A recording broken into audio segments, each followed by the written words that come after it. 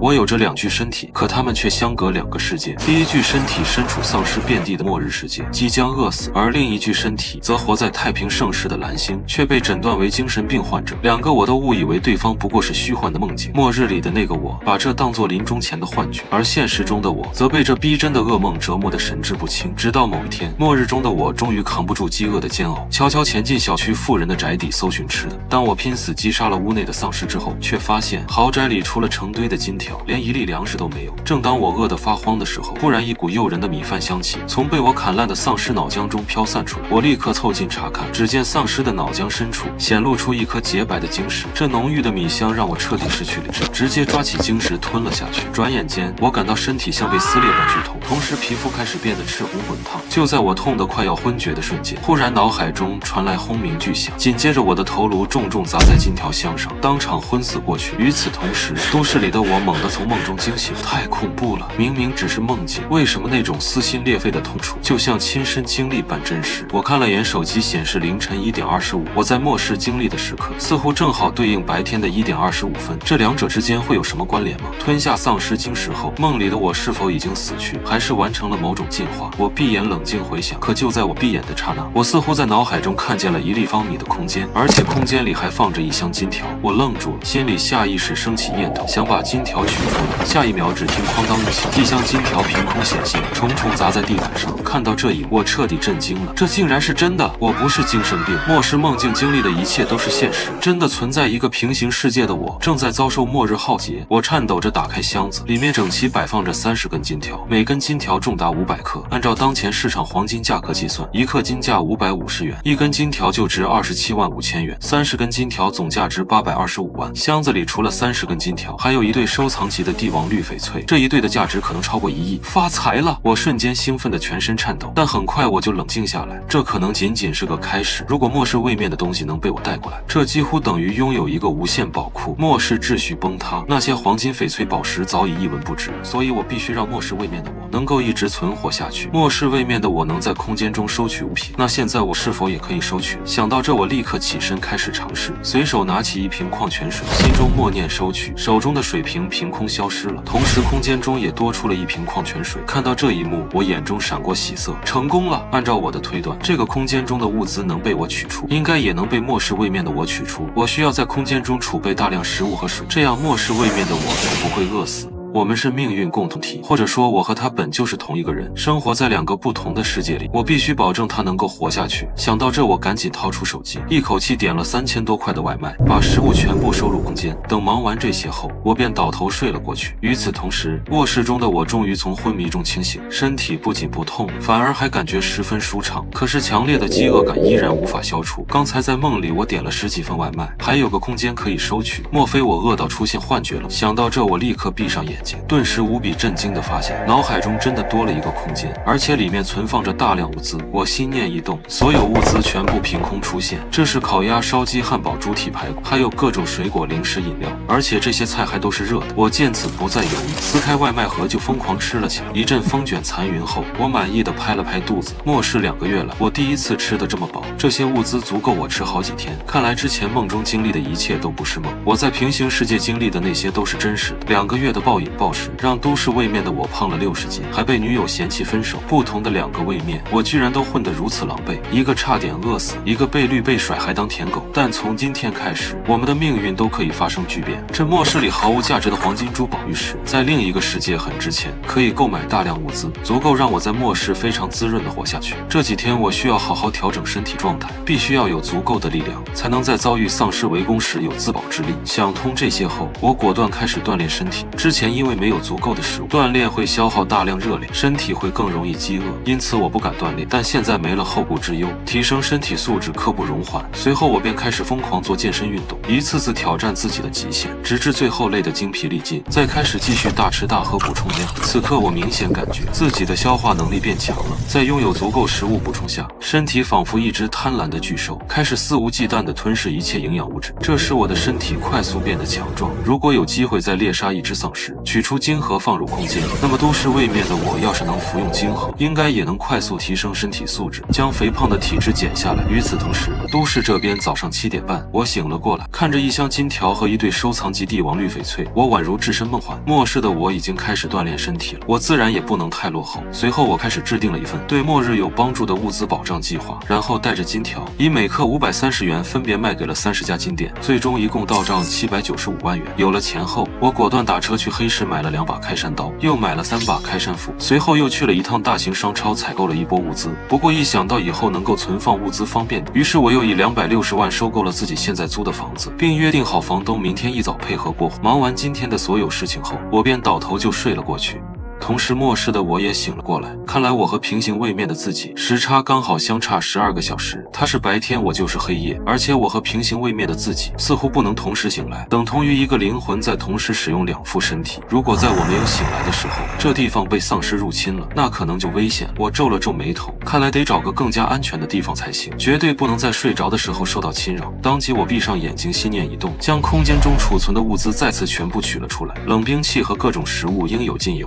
空间还是太小了，一次性装不了太多东西。不过这些物资应该足够我顶上半个月了。取出物资，吃饱喝足后，我感觉自己全身上下有使不完的精力，于是我便准备出门找找落单的丧尸，看看继续服用金盒是否可以让空间变得更大。想到这，我提起开山斧就出门。不过我并没有急于求成的寻找丧尸搏斗，而是选择一边扫楼为都市收集金银珠宝，一边猎杀屋内的落单丧尸，这样可以避免在外面遭遇丧尸围攻的风险。于是我从自家19层一路扫楼到29层，收获不小，但却并没有遇到丧尸。直到打开310号门，突然有3只丧尸猛然扑了出来。见状，我提起开山斧，猛地一斧头朝着第1只丧尸的脑袋劈了过去，当场就瞬间秒杀了第1只丧尸。剩下2只丧尸扑上来时，由于受到了门户狭窄位置的阻挡，根本无法一拥而上。我又抽出一把开山刀，活生生将2只丧尸乱刀砍死。然后我连忙上前破开丧尸脑壳，却发现只有最大的1只丧尸有晶核，也就是说，不是所有丧尸脑子里都有晶核。取出晶核后，我回到了1901，想了想，并没有将这颗晶核留给都市位面的自己，而是选择当场服用。都市位面的自己又没有生命危险，减肥也用不着这么迫切。现在的我才是最需要提升实力。于是我锁好门窗，将大门用重物彻底封住后，一口就将晶核吞了下去。10秒钟后，一股炙热的感觉从胸口涌出，甚至能清晰感受到自己的肾上腺素在飙升，全身肌肉细胞组织正在快速分裂，同时一股前所未有的饥饿感涌上心头。见状，我立马取出食物开始疯狂进食，直到我一口气吃掉一个成年男子5天的饭量后，才终于产生了一丝饱腹感。痛苦如潮水般退去，取而代之的是一股异常舒服的感觉涌上心头，全身上下变得无比通透，仿佛有使不完的精力。同时脑海中的异空间也扩大到了2立方米左右，这代表我每次可以多装1倍的物资。就在我感受身体变化时，门外突然响起了一阵敲门声，我瞬间变得警觉起来，手中立马握住了2把开山刀，小心翼翼地来到门口。有人吗？我搬开风堵，从猫眼看了一眼外，一个大概20岁左右的女孩正虚弱无力地倚在门外，她的目光中带着一丝麻木，似乎下定了某种决心。你是谁？我冷声问道。我叫林诗雨，是住在3002的住户。3个小时前，你在3001号门外杀掉3只丧尸的过程被我看见了。我已经3天没有吃过任何食物了，你能给我一点吃的吗？你能杀掉丧尸，应该是有能力搜寻物资的。林诗雨这个名字我好像听说过，在末世爆发前，她好像是南都大学的校花，并且还是一位标准的白富美，家里是做珠宝生意的。可末世降临2个多月，不管你曾经多么高贵的身份，现在也如同草芥一般，没有任何人会高看你一眼。我凭什么给你吃的？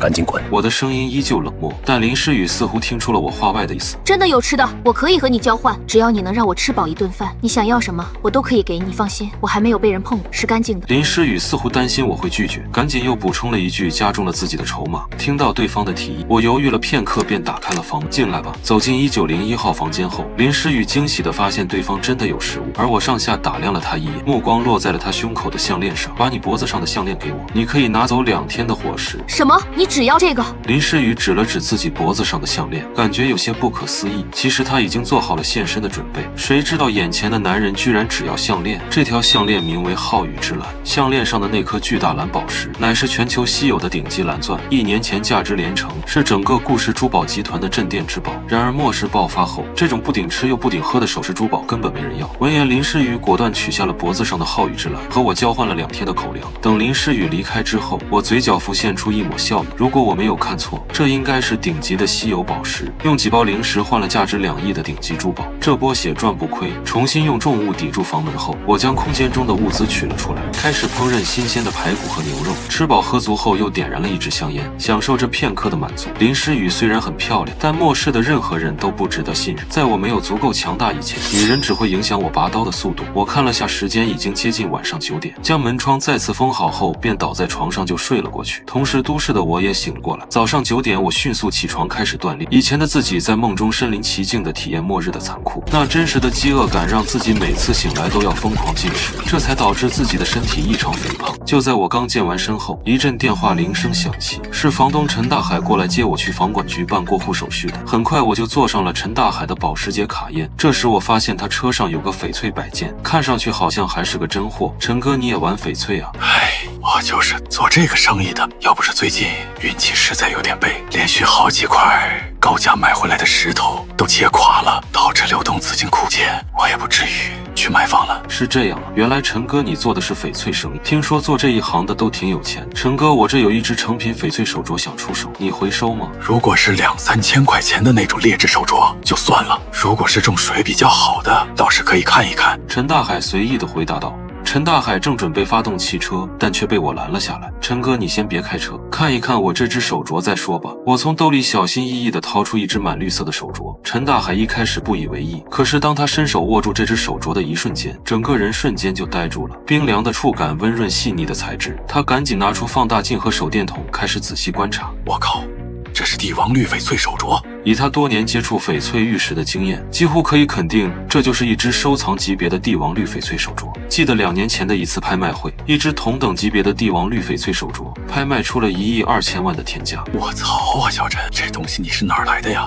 这是我爸妈留给我的东西，听说是家里祖传下来的，我随便编了个来历。随后经过一番沟通，陈大海将我带到他二叔的翠玉轩那里。经过鉴定，我的2副帝王绿翡翠手镯和皓宇之蓝都为稀世珍宝，以他们叔侄2人根本吃不下这几亿的生意。随后他们商量以房子抵押和拍卖的形式收购，最终我到手竟得1.8亿和128套房子，外加一套别墅海景大平层。短短1个星期，我就成为了月入50万的包租公，名下128套房全款，账户现金1.8亿。同时这7天时间，末世的我足不出户，在大量食物的供给下疯狂锻炼自己，身体各项指标都在大幅度增强，原本皮包骨的状态也变得充盈起来。末世未面，上午9点，我从宽敞的大床上醒了过来，天气似乎越发寒冷，外面又开始飘起了雪花。我醒来的第一件事就是开始涮起了火锅。在这种寒冷的末日中，吃上一口热气腾腾的火锅，果然就是一个爽。吃饱喝足后，我提起开山刀就下楼了。此时气温降低，大雪纷飞，街上游荡的丧尸似乎都减少了许多，开始变得稀稀拉拉。这种情况下，对于我伏击落单的丧尸却变得很有优势。下楼后，我很快就猎杀了10头丧尸。不过我今天运气有点背，10只丧尸只爆了1颗金核。就在我打算继续杀丧尸的时候，只听一声声丧尸的吼叫声此起彼伏地奔涌而来，他们似乎被浓郁的血腥味给吸引了。我见势不妙，立马开溜跑回自己家里，并总结了一下杀丧尸的经验。我感觉自己的力量和身体素质依然处于一个正在爆发增长的状态，即使不服用丧尸晶核，仅通过体能训练和战斗训练，也能让自身的实力不断增强。那么今天这颗丧尸晶核就留给都市位面的自己吧，毕竟那个200斤的身体确实有点过于肥胖了，需要提升一下身体素质。所以无论是末世位面的自己，还是都市位面的自己，都需要拥有一定的自保能力。我的战斗经验应该可以直接使用，只要身体素质提升上去，我斩杀丧尸的经验，都市的我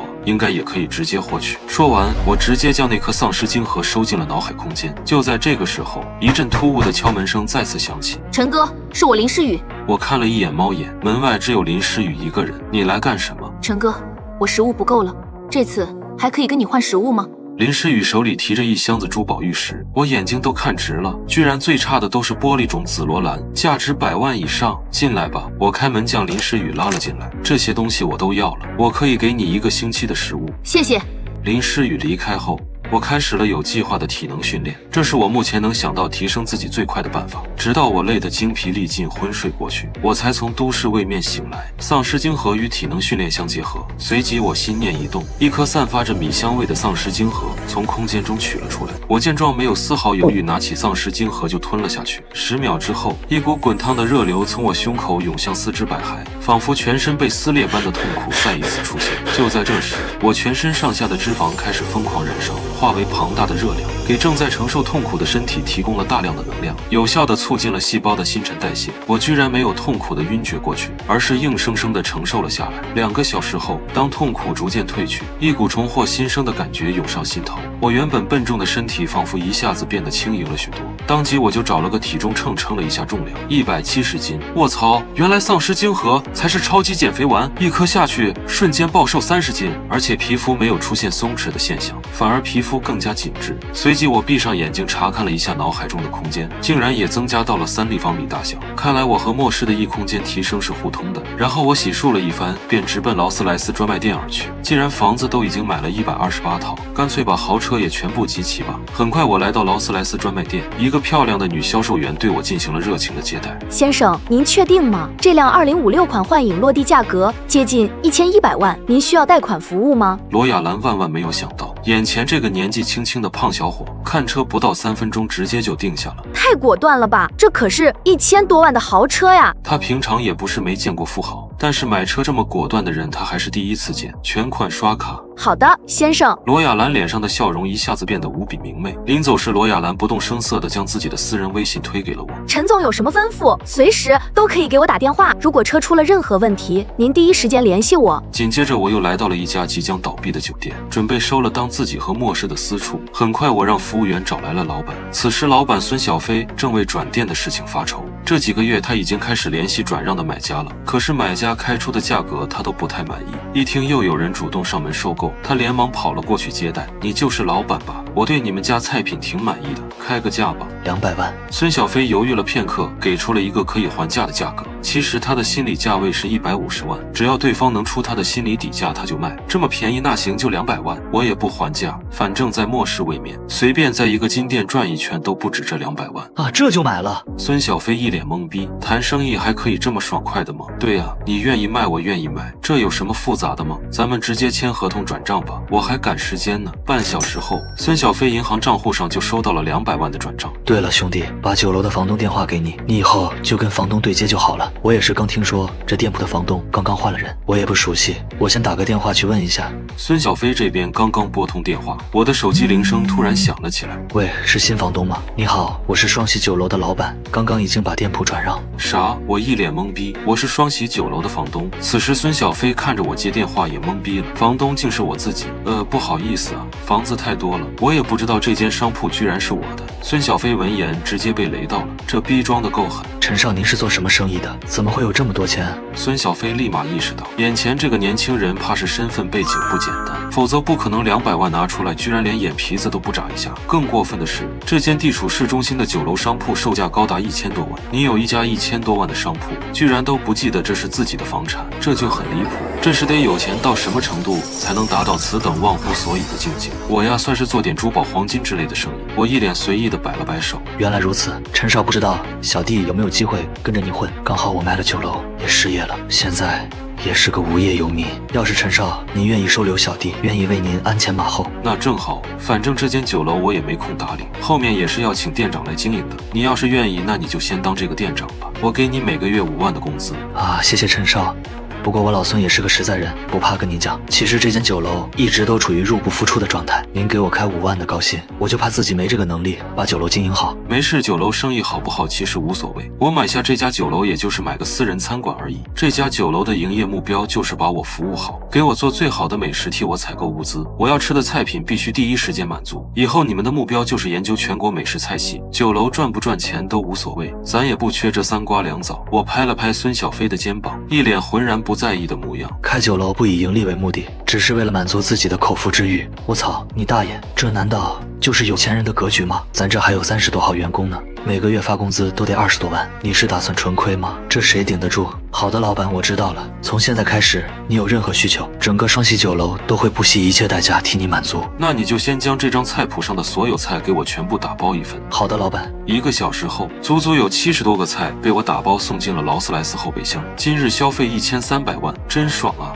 末世位面早上8点半，我从床上醒了过来，立马取出了空间中的烤乳猪、大闸蟹、油焖大虾等70多道美食佳肴，开始享用早餐。好家伙，就算末世没开始的时候，我都不舍得一个人点3个菜。没想到末世2个多月后，竟然吃得比以前更好了。突然觉得末世好像也没那么难受，甚至感觉有点爽。吃饱喝足后，穿好冲锋衣，提着一把开山刀和开山斧就下楼了。此时天气越来越冷，似乎又有一场很大的暴风雪即将来临，可能会像2个月前那样气温骤降，冰封千里，到时候根本就不能出门。为了防止这种情况发生，今天我必须要多杀一些丧尸，尽量多收集一些丧尸晶核，避免错过最好的进化时机。我很快就遭遇到了第1只丧尸，一斧头将其劈死。寻找了一下没有晶核，终于在解决第6只丧尸的时候收获1枚晶核。这个时候我似乎发现了一丝规律，有晶核的丧尸好像更加聪明一些，速度更快，爪子也更锋利。除此之外，相比较那些普通丧尸根本没什么区别，这需要很细致的观察才能辨认出来。于是我将没有晶核的丧尸定义为普通丧尸，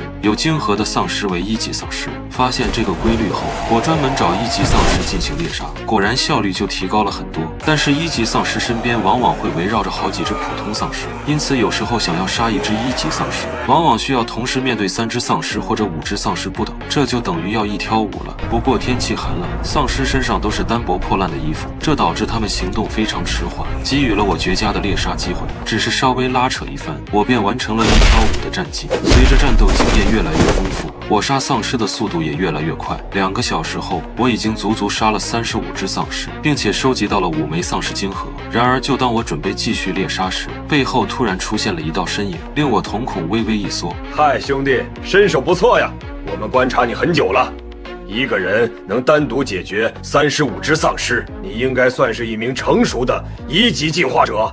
有没有兴趣加入我的团队？我刚刚解决完最后一头丧尸，突然一个5人小队从不远处走来。自我介绍一下，我叫王刚，是一名2级力量进化者。戴墨镜的兄弟叫猎鹰，他的枪法非常准。染红毛的小子名叫赤焰，他是一名1级火系异能进化者。伴随着王刚的介绍，一头红毛的男子当即撑开了右手，只见一团蓝色的火焰在他手中凭空诞生。我见此瞳孔微微一缩，没想到除了我觉醒了梦境穿梭空间异能，居然还有其他人也觉醒了异能。王刚并没有停止他的介绍，剩下的这2位美女，左边叫苏小婉，是一名水系1级异能者，虽然她的攻击力弱了点，但她能召唤水球，给团队提供干净的水源。至于这位黑衣美女，她叫叶影，和我一样是一名2级进化者。兄弟，在如今这个世道，只有强者抱团取暖，才能更好的生存下去。个人的力量始终是有限的，你一个人怎么样也比不上一个团队。你有兴趣加入我的团队吗？只要你加入以后，干净的水源你随便使用，而且咱们团队一起行动，还能获得更多的物资。王刚一脸微笑着问道。不过这个微笑显然并不代表着善意，如果我不答应，估计就见不到明天的太阳了。我见状立马陪笑道：大哥小弟终于找到组织了，你们都不知道我一个人孤零零的活到现在，到底都经历了什么。我每天都吃不饱穿不暖，忍饥挨饿，痛不欲生。我感觉自己活的就像是一头行尸走肉。小弟愿意为大哥大姐们鞍前马后，只求能够得到团队的庇护。我一脸声泪俱下，痛哭流涕，似乎这段时间真的是受尽了无尽的委屈。王刚拍了拍我的肩膀，表示理解。在这末日世界，一个人活下去自然是艰难无比，哪怕你已经成为了1级进化者，而且成为了进化者以后，你的新陈代谢会比普通人快好几倍，这就等于你每天所需要消耗的食物更多，你需要吃更多的东西才能补充能量。如今物资匮乏，连咱们这样的进化者团队都不一定能保证每天吃饱，你一个人自然更加艰难了。不过你放心，你既然加入了我的团队，至少也能让你吃个半饱。说完，王刚直接从背包里面拿出了半截火腿肠。看见这被人明显咬过的火腿肠，我表示内心非常嫌弃。这就是加入进化者团队的见面礼吗？但是我嫌弃不代表别人也嫌弃。只见其余4人见到半截火腿肠后，都纷纷开始吞咽起口水了。末日世界已经持续2个多月，这种保存完好没有腐坏的火腿肠可是稀罕物。我接过半截火腿肠，露出一脸感激涕零的表情，随后转手就将半截火腿肠递给了叶影。叶影大佬，小弟无功不受禄，这半截火腿肠就先给您吃吧。我才刚刚加入，怎么能享用如此珍贵的美食？你小子倒是挺上道，若日后你遇到危险，我可以出手救你一次。叶影妹子接过半截火腿肠，小心翼翼地藏好，居然有点舍不得当场吃掉。这足以见得如今的末日世界物资到底匮乏到了什么程度，以后的竞争只会越来越激烈。行了，咱们开始分头搜寻物资吧。2个小时后，咱们重新在这里集合分配物资。除了有3成需要上交团队，剩下的7成，咱们团队个人可以自由交换。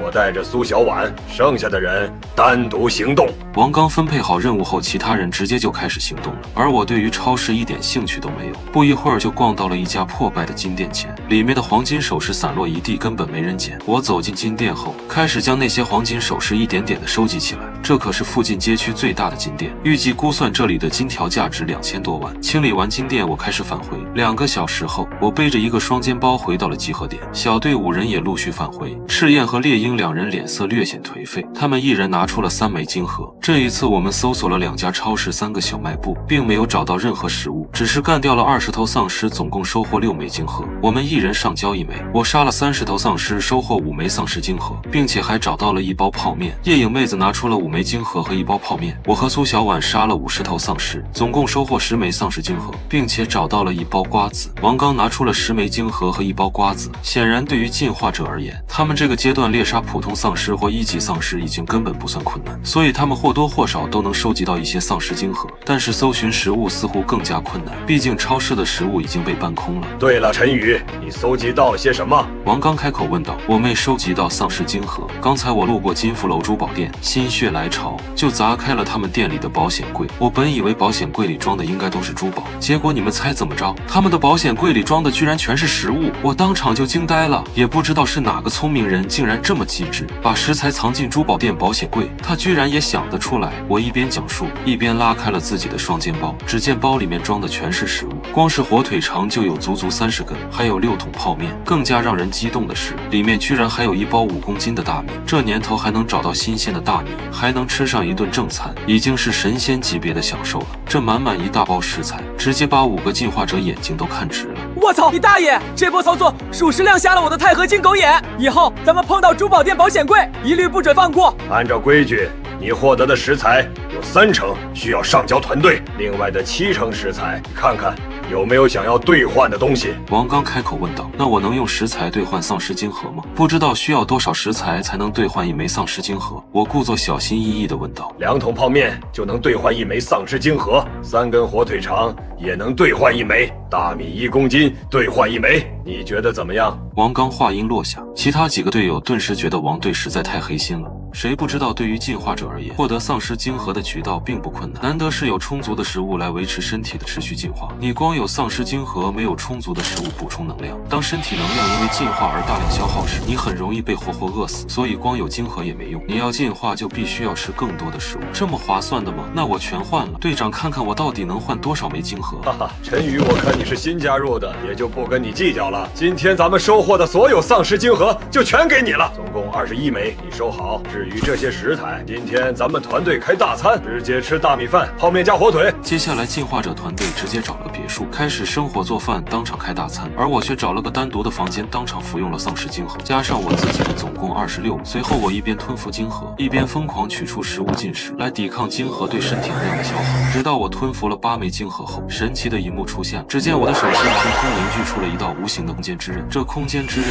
脱手而出，竟瞬间穿透了钢化玻璃，将10米外的一座石狮子给拦腰切成了2段。见此一幕，我心中大惊。就在这时，5名进化者察觉到别墅之外的动静，立刻冲了出去。而我为了不引起小队众人的怀疑，直接假装昏迷了过去。于是5人便看到了被拦腰切断的石狮子，顿时大惊失色。难道有3级异能者，或者是掌控了空间异能的2级进化者出手了？王刚脸色顿时一片铁青，堂堂2级进化者面对着未知的强者，也有点被吓着。可是这样的大佬这么做，到底是意欲何为呢？难道是向咱们示威吗？还是有什么其他的目的？对了，陈宇人呢？队长陈宇好像饿晕了，这小子服用了丧尸晶核，又没给自己留一点食物，结果硬生生把自己给饿晕了过去。真是个菜鸟，太搞笑了！他灌点米汤吧，别真把小子饿死了。看他运气还不错，刚加入就能替咱们搜寻到这么多食材，没准是个锦鲤体质，也许以后有用得着的地方。好的，队长。苏小婉、叶莹2个妹子给我喂了2碗米汤，随后5名进化者全都各自返回自己的房间，开始服用丧尸晶核。晶核他们并不缺，缺的只是食物。平时没吃饱，根本不敢直接服，现在吃饱了，自然要好好利用一下。上午9点，都市的我从睡梦中醒了过来，我心念一动，取出了所有黄金首饰，还有13枚丧尸晶核。昨天的收获相当之大，如果我没有猜错，末世的我恐怕已经成功晋级为2级异能者，否则不可能诞生空间之刃的能力。看来自己也要加点油了。旋即我给赵明飞打了个电话，让他给我准备100人分量的伙食，送到自己大别墅里面。2个小时后，我要的美食直接就被送到了家里。当即我拿起晶核就服用了下去，直到我服用到第9枚丧尸晶核的时候，脑海中的空间也增加到了20立方米，同时自己全身上下只剩下爆炸性的肌肉。就在这时，我只感觉意识一阵红，整个人头痛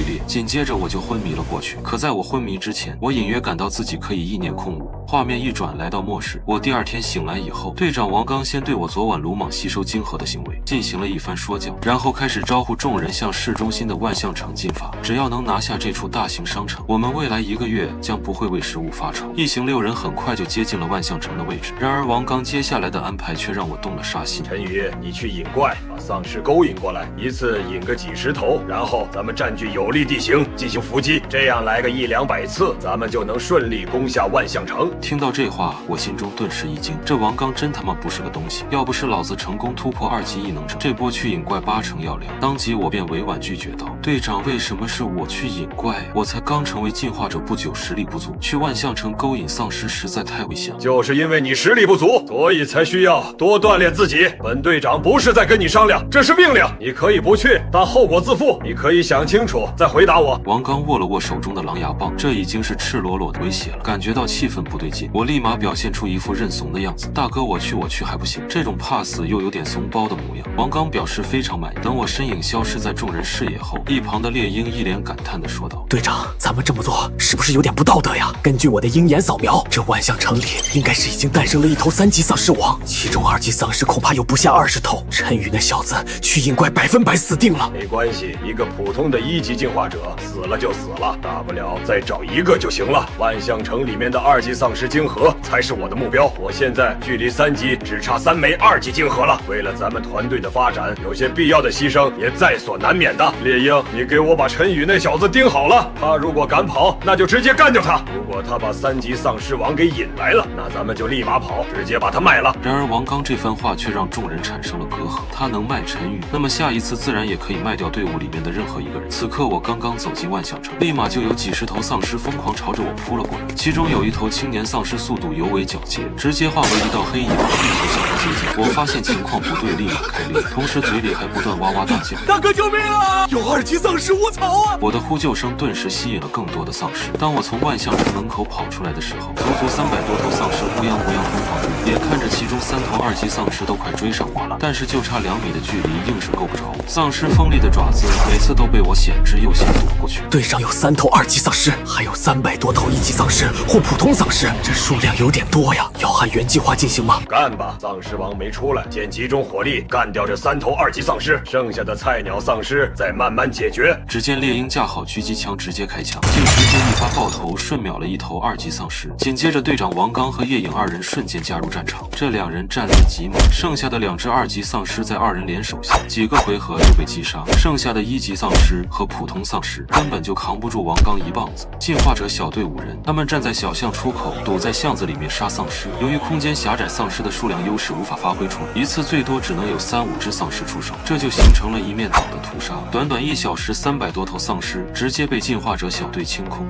这一次收获2级晶核3枚，1级晶核102枚，算是大丰收。此时队伍里的5人都累得够呛，而我却躲在后面嗑瓜子。这时王刚才注意到陈宇，这小子的运气居然这么好，面对3头2级丧尸的追赶，居然都能跑掉。莫非这小子隐藏了实力？王刚心中顿时狐疑起来。陈宇，这一次你表现得很好，我们这波算是大丰收了。所有的丧尸晶核先由我统一保管，等回去以后，我再给你们一一进行结算。先吃点东西吧，恢复一下体力。咱们先休息半个小时，然后陈宇你再去引怪。王刚这次从车里拿出了泡面和火腿肠，每人泡了1包，难得大方一次。他已经收获了3枚2级丧尸晶核，今天回去以后，他完全有希望突破为3级进化者。他王刚虽然是保安出身，但何尝没有一颗问鼎天下的野心？吃完泡面和火腿，脸上露出了一脸满足的爽。好久都没有吃过如此美味的泡面，大哥跟着你混，我陈宇才有好日子。小弟愿意为大哥赴汤蹈火，在所不辞。等下我就去引怪，我相信只要咱们把万象城里面的丧尸清空，里面一定有大量的物资供我们享用。美好的明天正等着我们，我都已经迫不及待。我一脸兴致勃勃的模样。很好，陈宇，我果然没有看错你。从今以后，你就是我王刚最好的兄弟。不过引怪毕竟还是一件很危险的事情，一切还是要小心为上啊。王刚一脸故作担忧的说道：“没关系的，刚哥，你们伏击丧尸群同样很危险，你们都没说什么，我陈宇又有何怨言？我先去了。”说完就再次冲进了万象城。可我刚刚冲进万象城，突然一只埋伏在天花板上的2级丧尸猛然扑了下来。就在这千钧一发之际，我指尖陡然凝聚出一道空间之刃，隔空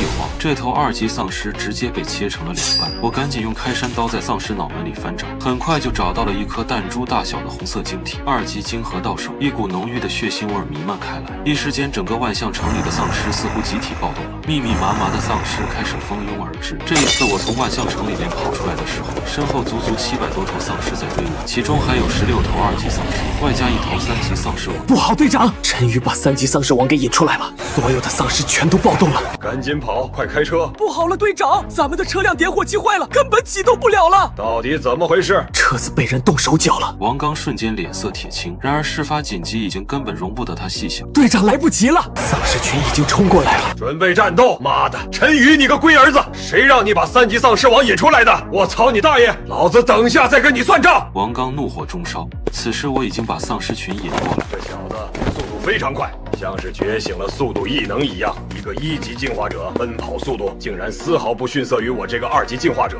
想要把他卖了都不行。王刚提起狼牙棒，猛然一棒，朝着最先冲来的3级丧尸王砸去。巨大的力量撞击让丧尸王吃痛彻底发狂，一巴掌将王刚轰飞，紧接着又反手一掌将偷袭的夜影同样一巴掌轰飞。就在3级丧尸王被王刚和夜影拖住的一瞬间，找准时机一发入魂，准确无误地命中了丧尸王的脑袋。不过由于3级丧尸惊人的防御力，却只是打瞎了他一只左眼。此时王刚再次提起狼牙棒，朝着受伤的丧尸王横扫而去，巨大的力道竟然砸断了丧尸王的一条腿。赤焰手中凝聚出一团火球，直接丢在了丧尸王身后。只听轰隆一声，爆炸的火焰将小巷出口封住，同时赤焰拿出了3个汽油桶，直接甩出，3个汽油桶瞬间爆炸，直接将巷子化作一片火海。见此一幕，我一脸懵逼，原来火球异能加上汽油，这威力才是真的牛逼啊！就这一下，至少干掉了50头丧尸，而且后面的丧尸还过不来，成功阻隔了丧尸群的冲锋。这小子有点东西。此时王刚见如此良机，直接就暴走。好机会，一起出手干掉丧尸王，夺取3级丧尸晶核。他整个人似乎都处于亢奋的状态之中。3枚2级丧尸晶核并不一定能保证他稳稳突破3级，但是有了3级丧尸王的晶核，他就一定能突破3级，这几乎是板上钉钉的事情。终于在5名进化者的围攻之下，本就受伤的丧尸王被活活耗死。刚哥你真牛逼，3级丧尸王都能被你活活打死。不过这丧尸王的晶核我要了。说完，我指尖轻轻划过，一道无形的空间之刃瞬间划过王刚的脖子。突如其来的变故让王刚瞪大了眼珠子，死不瞑目。其余4人也全都瞪大了眼珠子，内心疯狂震撼。陈宇竟然隐藏得这么深，他居然干掉了王刚。什么情况？各位不要用这种吃惊的眼神看着我，重新自我介绍一下，我叫陈宇，空间系2级异能者。从今天开始，我就是你们的老大。如果各位不服，可以站出来。此时气氛相当沉闷，性格最为软弱的苏小婉第一个站了出来。怎么，小婉姐对我莫非是不服吗？不，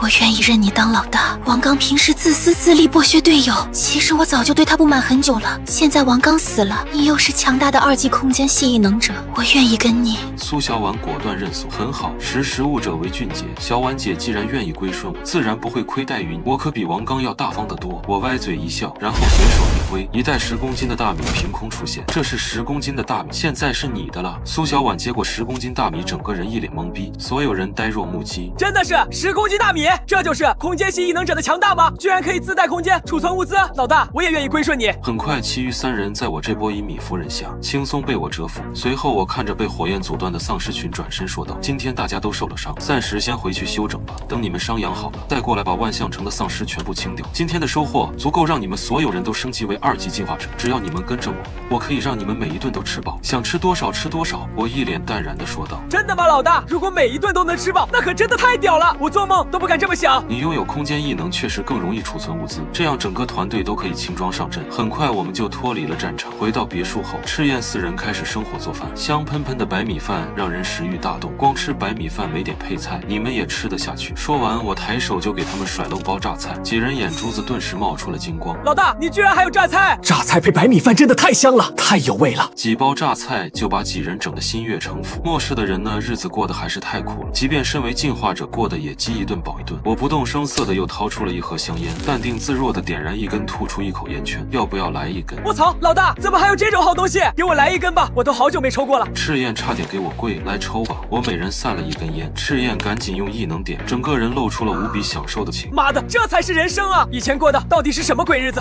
要是能来瓶啤酒就更好了。啤酒吗？这不是小儿科。我立马从空间中取出了1箱啤酒。我操啊，老大，你是神仙吗？说什么就有什么，太爽了！这末日居然还能喝到啤酒，吃的还是大白米饭加榨菜还有香烟，这特么简直就是天堂级别的享受啊！我服了，这波我是真的服了。为什么不让我早点遇见老大？王刚这狗日的东西真该死！几人开始对王刚骂骂咧咧，换了新老大，这日子显然是更有盼头。接下来，我给赤焰、猎鹰、苏小婉分别发放了10枚1级丧尸晶核，给夜影发放了1枚2级丧尸晶核。他们拥有了足够的食物和丧尸晶核，很快实力就会有一次蜕变提升。我回到自己的房间，开始服用2级丧尸晶核。空间之刃虽然杀伤力极为强大，但是对自身的消耗非常严重，短时间内我最多只能释放5次，就会陷入虚脱状态。所以这个异能虽然强，但是限制太高，不能随意使。但如果能提升到3级，也许会完全不一样。2级丧尸晶核入口即化，瞬间化作一股庞大的能量冲向四周。1个小时后，我的身躯被再次强化，脑海中的灰色空间竟然直接扩大到了30立方米，一股无形的空间之力在我周身流动。此刻，我明显感觉到自己操控空间之刃似乎变得更加轻松，强烈的饥饿感再次席卷全身。我赶紧从空间中取出特级牛排开始进食，吃饱喝足后，我立马开始服用晶核。最终服用完全部的晶核后，我的异空间已经扩大到了80立方。同时，我也发现了1级晶核的强化效果，对于2级异能者而言，效果已经大打折扣，差不多20枚1级晶核才能勉强抵得上1枚2级晶核。连续多次的强化也让我感觉到身心俱疲，很快我就昏睡了过去。与此同时，都市的我立马精神抖擞地从地上爬了起来，看着镜中略显消瘦的自己，我心中十分满意，总算是瘦下来了。不过我好像并没有觉醒空间之刃的能力，反而有点像是意念操控。我目光一凝，一股强大的精神力量直接透体而出，不需要我亲自动手，竟然托起了100公斤的重物，并且闭上眼睛也能看见100米以内的所有事物。特别是意念操控像针一样的轻型物体，在精神力量的操控下，完全可以使其高速运动，爆发出强大的杀伤力。念及此，在我的精神操控下，一根细针竟然直接穿透了20公分厚的墙壁。可惜了，这种能力要是觉醒在末世的我身上，杀起丧尸来效率绝对超乎想象。感受完自身变化后，我给赵明飞发了一个采购清单，随后又给钱海涛打了个电话，让他帮忙寄拍一些珠宝、黄金之类的品。我给了他1成的利润。钱海涛这波直接起飞，他帮我处理一些珠宝、黄金，1个月就能赚好几千万。陈宇就是他钱海涛的贵人，就是他的亲爹。有了陈爹的帮助，他钱海涛以后就是江城第1珠宝商。下午2点，江都大学，只见一辆拉轰无比的保时捷718驶入了校园之中，顿时引来不少学生纷纷为之侧目。下一秒，车门打开，方雨晴一脸亲密地打着招呼：“浩哥，再见！快看，那不是方雨晴学姐吗？她怎么跟林浩这个渣男富二代走在一起了？她不是陈宇学长的女朋友吗？方雨晴和陈宇早就分手了，不会是刚知道吧？怎么会？陈宇学长那么帅，方雨晴学姐也很美，他们感情那么好，怎么会分手呢？你说的都是老黄历了，你还不知道吧？陈宇得了精神病，加上长期暴饮暴食，现在已经长成了一头死肥猪。而且我还在校友群里面听说了，陈宇长期家暴雨晴学姐，都把雨晴学姐的肋骨打断了。听闻这些小道消息，不少学弟学妹恨的是咬牙切齿。就在此时，一辆劳斯莱斯幻影加长版驶入了校园之中。卧槽，这是最新款的劳斯莱斯幻影，要1000多万吧？这又是哪个富二代开这样牛逼的车？这不比718牛逼10倍？快看快看，车里的好像是个帅哥，好帅啊！此时路边的方雨晴也刚好看到了这辆豪华劳斯莱斯幻影，心中不免产生了几分好奇。毕竟现实生活中，平时是很少看到这种千万级豪车的。车门打开，只见一名身材完美的男子从车上走了下来。一时间，路边有不少女生直接露出了花痴的模样。开着劳斯莱斯，长得又高又帅，这特么不就是顶级高富帅吗？好想上去找他要个微信。就在很多女生犹豫不决的时候，忽然一名亭亭玉立的活泼少女十分大胆地跑到我面前索要联系方式。帅哥你好，我叫江可可，能不能加你个微信？江可可，我听说过她，她不是大一新生人气最高的校花吗？没想到校花竟然也可以这么主动。他好像是陈宇学长哎！我靠，到底是谁他妈乱造谣，说陈宇学长变成了精神病，还吃成了一头死肥猪，还在群里 P 图。我操你大爷！你好，我是陈宇，是你扫我还是我扫你？面对青春活泼的美女主动索要联系方式，我并没有拒绝。而一旁的方雨晴此刻满脸不可思议，陈宇不仅减肥成功了，而且还开上了劳斯莱斯，这不会是租来装的吧？当即他就发出了质疑。陈宇，这辆劳斯莱斯是你租来的吧？你以为租一辆豪车，然后变瘦了，重新出现在我面前就可以回到过去吗？你别做梦了，你的这点小心思早就被我看穿了，赶紧把车还了吧，别到时候又欠一屁股债。为了一点点男人的自尊心，非要把自己搞得遍体鳞伤，你这样做很幼稚，你知道吗？方雨晴不知道什么时候跑了过来，对着我一顿说教。滚！闻言我反手就是一巴掌，直接把他给打懵逼了。方雨晴顿时火冒三丈，你居然敢打我！他一脸的不可置信。陈宇以前对他很温柔，即便是吵架了也从来都不会动他一根手指头，现在二话不说居然就扇他的脸，简直太过分了。我打的就是你，你不是在群里说我家暴你？我陈宇是个精神病，把你肋骨都打断了，我打你一巴掌不是很正常吗？不是我说的，是小小说的。林小小不是你闺蜜吗？那张精神病历截图不是你给她的吗？我冷声质问道。为了光明正大的傍富二代，把自己说成是受害者，刚分手就跟林浩搞在一起，你是不是把我当成傻子？不是的，陈宇，你听我解释。够了，分手就分手，你要跟谁在一起与我关，但是你分手后造我的谣就必须给我道歉。我不道歉，又不是我造你的谣，而且你本来就得了精神病，这难道不是事实吗？你还租车装逼，你还动手打女人，陈宇，你的渣男面目终于是暴露了吗？跟你分手简直是我做过最正确的决定，这一巴掌你打断了以往所有的情分，你我之间恩断义绝。方雨晴一脸决绝地嘶吼道，说完就哭着跑开了。听到陈宇是租豪车装逼，不少正犯花痴的妹子顿时就全都清醒了。虽然陈宇依然很帅，但这种行为不免有些下头，强行装逼最为致命。抛开事实不谈，陈宇他就没有一丁点错吗？无论方雨晴是不是出轨，是不是造谣，他也不应该动手啊。此时的方雨晴肺都快要气炸，她立刻给林浩打了个电话诉苦，哭的那叫一个让人心疼。林浩闻言立刻说要给陈宇一个教训，要让他付出惨痛的代价，并且答应方雨晴下午就带他去租别墅，让他住进梦寐以求的万鼎书院别墅小区，满足他的别墅梦。刚好听中介说万鼎书院有一套别墅要出租，租金5万元1个月，装修极其豪华，这套别墅价值5000万，住在里面的业主全都非富即等以后林浩继承了家业，就买一套这样的别墅送给他。方雨晴被哄得心花怒放。下午3点，林浩开着保时捷718带着方雨晴驶入了万鼎书院。很快在中介的带领下，林浩与方雨晴二人进入了 DW8栋花园别墅。浩哥，这套房子我很喜欢，咱们就租这一套吧。万鼎书院本身就没有几套出租的房子，而且还是这么新这么豪华的，5万块1个月已经很划算了。方雨晴赶紧撒娇道。那好吧，小郑，你直接联系房东，咱们租了。好的，我这就把房东的微信推给你们。听说房东是个年轻人，应该挺好说话的。房东年纪轻轻，居然能买得起这样的大别墅，他该不会也是个富二代吧？方雨晴一脸好奇地问道。这我就不知道了，毕竟能买得起5000万别墅，实力应该深不可测。小郑回答道。方雨晴眼珠子一转，有些心猿意马。等加上这位房东的微信，素，如果能交个朋友，没准能够进入上流社会的圈子。方雨晴刚刚加上微信，突然感觉这个微信的 ID 有点熟悉。喂，您好，是陈先生吗？是这样的，今天有2位租客看中了您万鼎书院的别墅花园，想要租您的房子，请问您有时间方便签约吗？中介小郑打电话询问道：“要租我房子的人是不是叫方雨晴？”是的，这位女士名叫方雨晴，男士叫林浩。你让他们赶紧滚，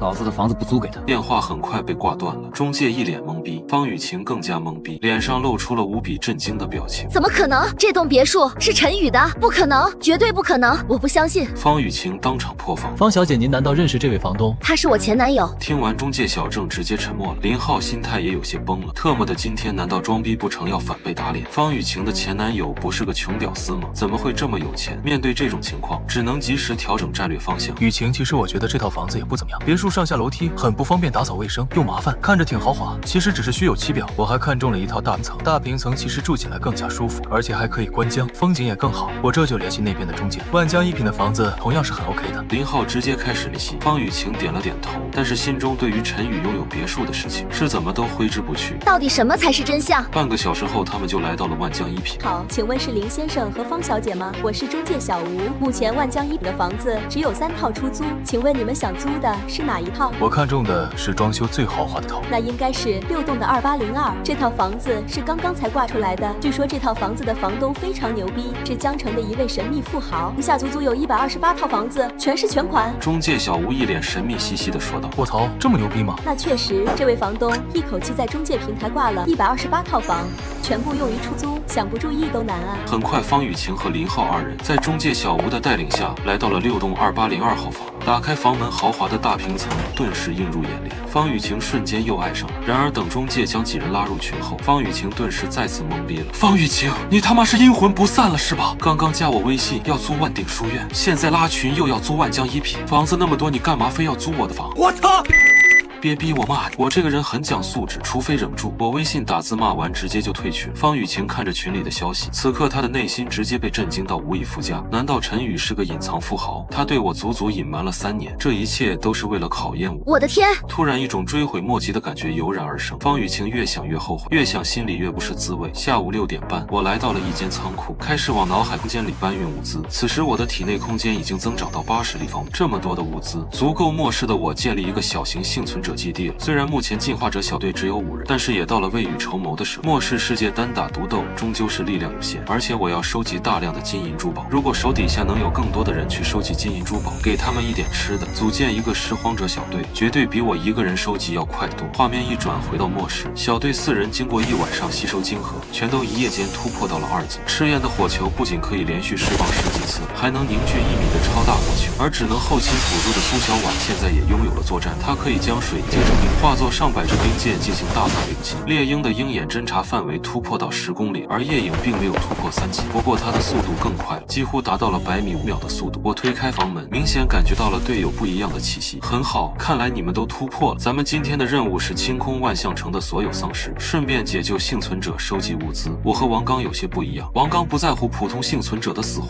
但是我在乎。末日到来，秩序崩坏，人性扭曲，道德沦丧，幸存者们沦为一盘散沙，甚至互相厮杀。我们身为进化者，身为新人类，如果不去帮助其他幸存者，这个末日世界只会过得越来越艰难。我们生产不了物资，我们也不会种地，即便我们拥有更加强大的力量，也总有坐吃山空的一天。个人的力量终究有限，只有聚沙成塔，组建幸存者基地，重建末日秩序，是未来发展的唯一方向。同时，这也是为了我们自己考虑。难道你们不想成为基地首领，呼风唤雨，耀武扬威吗？难道你们不想获得权势地位吗？我一番慷慨激昂的演讲，瞬间说的赤焰等人是热血沸腾。男人建功立业，功成名就，这才是终极项目。老大，你说的我确实很心动，可是咱们不得不考虑一个现实问题，我们根本就没有那么多的物资去养活一群幸存者呀。现在收集物资如此艰难，咱们进化者都是饥一顿饱一顿，要养活其他幸存者，我们根本做不到啊。赤焰双手一摊，闻言我歪嘴一笑。